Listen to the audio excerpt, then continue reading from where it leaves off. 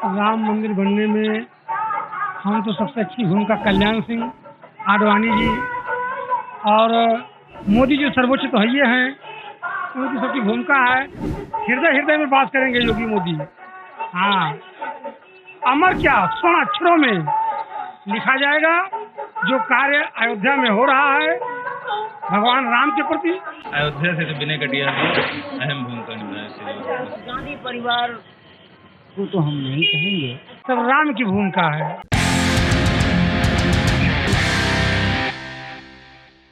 पीले रंग में रंगी अयोध्या नगरी को इंतजार है 5 अगस्त का, जब यहाँ पर भूमि पूजन होगी और राम मंदिर का निर्माण कार्य शुरू होगा। करीब 450 साल के बाद अयोध्या के लोगों के पास ये मौका आया है इस भव्य नजारे को देखने का। लेकिन जैसे जैसे सरयू नदी में पानी बहता गया ना, वैसे वैसे इस मामले पर, इस मुद्दे पर सियासत भी काफी हुई है। 1949 में जब यहाँ पर रामलला की मूर्तियां प्रकट हुई थी, तब उस समय प्रधानमंत्री थे जवाहरलाल नेहरू, और आज के वक्त में जब भूमि पूजन हो रही है और मंदिर बनने जा रहा है, तब प्रधानमंत्री है नरेंद्र मोदी। नेहरू से नरेंद्र मोदी के बीच में काफी सियासत हुई है।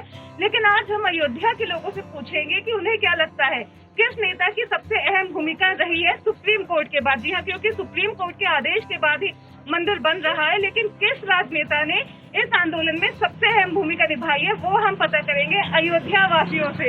तो ठीक है, मेरे साथ रहिए, पता लगाते हैं अयोध्या का मूड।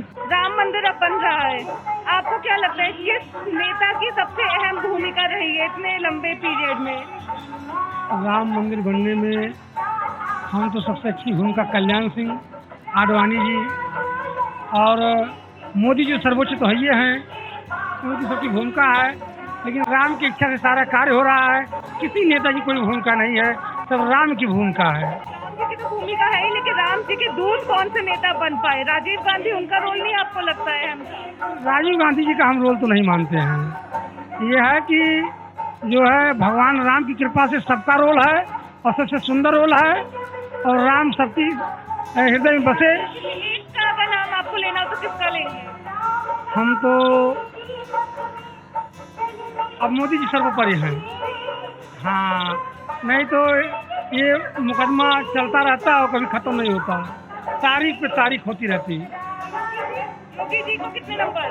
योगी जी तो हनुमान जी की भूमिका अदा कर दिए। हनुमान जी की भूमिका योगी जी ने अदा किया है, और हनुमान जी की कृपा मोदी जी पर, योगी जी पर है, इसलिए बराबर जब से मुख्यमंत्री बने हनुमान जी के चरण में आते रहे। और जो हनुमान जी की शरण में आया है वो सदैव इस धरती पर दीर्घ काल, जैसे हनुमान जी अयोध्या के राजा हैं, वैसे दीर्घ काल तक राजा वो रहेंगे, चाहे योगी जी हो चाहे मोदी जी हो। अच्छा, ये बताइए, राम मंदिर बन रहा है, इतने सालों के बाद इतना लंबा चला है ये पूरा प्रोसेस, आपको क्या लगता है किस राजनेता ने, किस पॉलिटिशियन ने सबसे अहम भूमिका निभाई है पूरे प्रोसेस में? हिंदू परिषद और भारतीय जनता पार्टी की अहम भूमिका रही है। अच्छा, नहीं, अब किसी नेता का नाम पूछूं मैं आपसे तो आप किसका बताएंगे?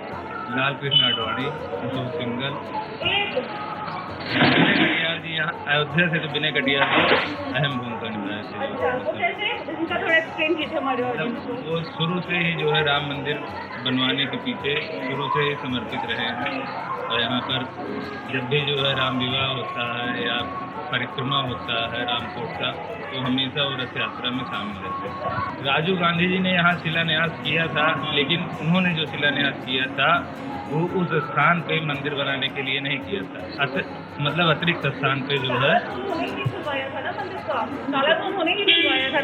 उन्होंने खुलवाया जरूर था, लेकिन कोर्ट के आदेश पे ही खुलवाया था, स्वयं नहीं खुलवाया था। कोर्ट के आदेश पर ही तो मंदिर भी बन रहा है। हाँ, वो तो सही है, लेकिन उनमें बहुत ज्यादा जो है सही काम नहीं हो रहा था, वो एक संतुष्ट करने का काम हो रहा था। लेकिन अब जो हो रहा है वो एकदम संतोषजनक काम हो रहा है कि जहाँ पे रामलला विराजमान है वहीं पे हमारे सरकार का मंदिर बनेगा। गांधी परिवार को तो हम नहीं कहेंगे, अगर संघर्ष किया है विश्व हिंदू परिषद के लोगों ने और भारतीय जनता पार्टी के लोगों ने। ताला तो राजीव गांधी ने खुलवाया था ना? जी हाँ, ताला खुलवाया था, लेकिन उस रास्ते पे वो बढ़े नहीं ना, बढ़े नहीं, उनकी सरकारें रही नहीं।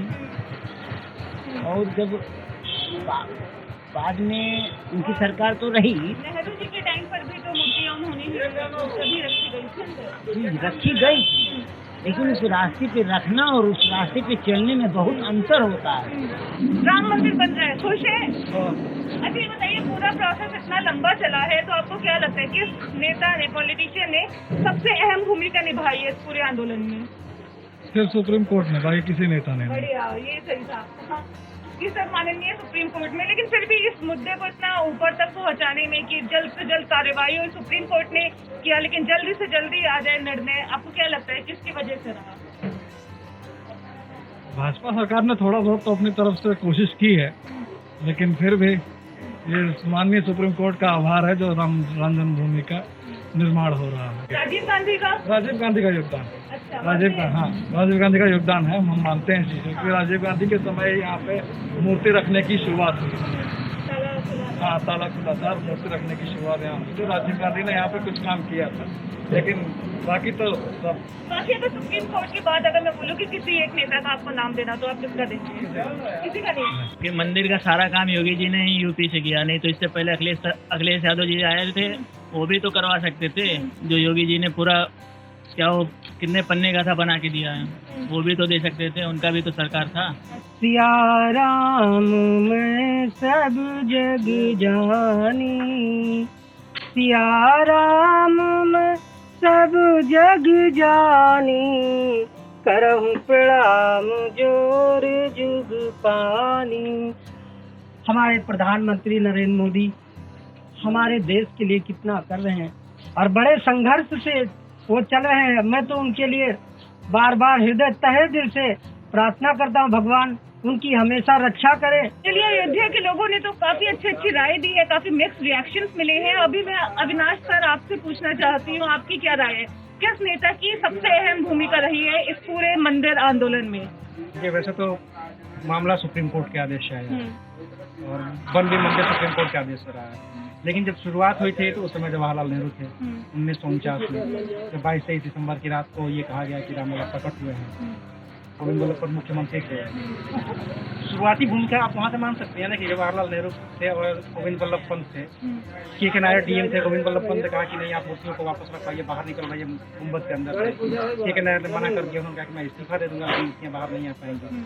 तो वहाँ से तो शुरू होता है, तो उन दोनों की भूमिका को आप नकार नहीं सकते, बिल्कुल सिरे से खारिज नहीं कर सकते। जवाहरलाल नेहरू या गोविंद वल्लभ पंत की भूमिका को आप नहीं खारिज कर सकते। उसके बाद जब ये मामला पूरा पॉलिटिकल होता है, 80 में बीजेपी का गठन होता है, 84 में विश्व हिंदू परिषद इसकी बात करता है राम मंदिर के लिए, और 89 में 86 में बल्कि आप कहिए कि जब बीजेपी का अधिवेशन होता है पालमपुर में, तो वहाँ पे संकल्प लिया जाता है कि नहीं, हम राम मंदिर बनाएंगे। तो विश्व हिंदू परिषद की लाइन भारतीय जनता पार्टी पकड़ लेती है, वो भी एक है। और उस भारतीय जनता पार्टी में कौन था? अटल बिहारी वाजपेयी थे, मनमोहन सिंह थे, आडवाणी थे, विजय राजे सिंधिया थी। तो ये बड़े उस समय के दिग्गज थे जिन लोगों ने उस समय ये पालमपुर के अधिवेशन में किया। फिर 86 में ही ताला खुलता है, राजीव गांधी को लगता है कि अब इसका ताला खुलवाना जरूरत है, राजीव गांधी ताला खुलवा। राजीव गांधी ताला कैसे खुलवाते हैं? कहा जाता है कि कोर्ट ने खुलवाया था ताला। कोर्ट ने ताला बंद किया था, तो जब कोर्ट में सुनवाई चल रही थी फैजाबाद के, उस समय यही कहा गया ना, हलफनामा दाखिल किया गया उस कोर्ट में, ये कहा गया कि हाँ, अगर ताला खुलता है तो कानून व्यवस्था को कोई दिक्कत नहीं होगी, सुरक्षा व्यवस्था को कोई दिक्कत नहीं होगी। तो ये हलफनामा कौन देगा? डीएम देगा, एसएसपी देगा। कोर्ट ने बुलाया था, और डीएम और एसएसपी किसके कहने पर देगा? जब तक मुख्यमंत्री नहीं कहेगा। मुख्यमंत्री थे वीर बहादुर सिंह कांग्रेस के। वीर बहादुर सिंह कैसे आदेश दे सकते थे जब तक कि प्रधानमंत्री नहीं कहेंगे? तो राजीव गांधी प्रधानमंत्री, वीर बहादुर सिंह मुख्यमंत्री, और फिर कोर्ट का फैसला आता है, ताला खुलता है। फिर आता है 89 में संतों की बैठक होती है उज्जैन में, वहाँ पे एक तारीख तय की जाती है कि हम मंदिर बनाएंगे।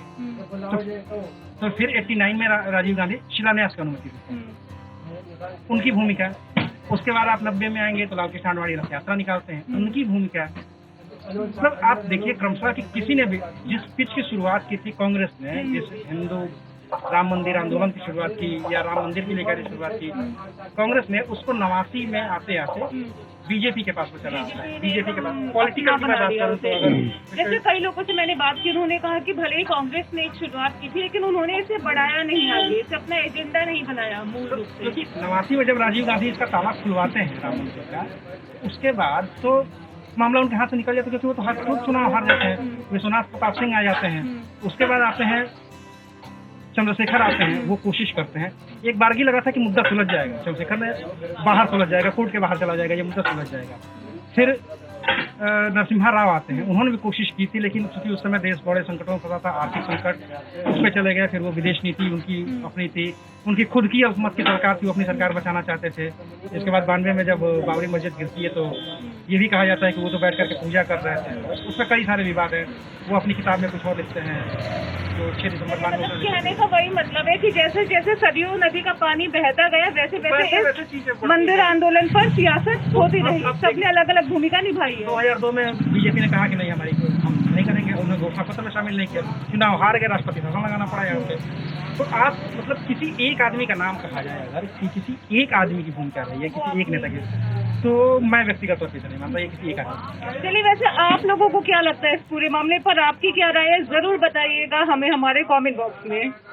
ABP न्यूज आपको रखे आगे।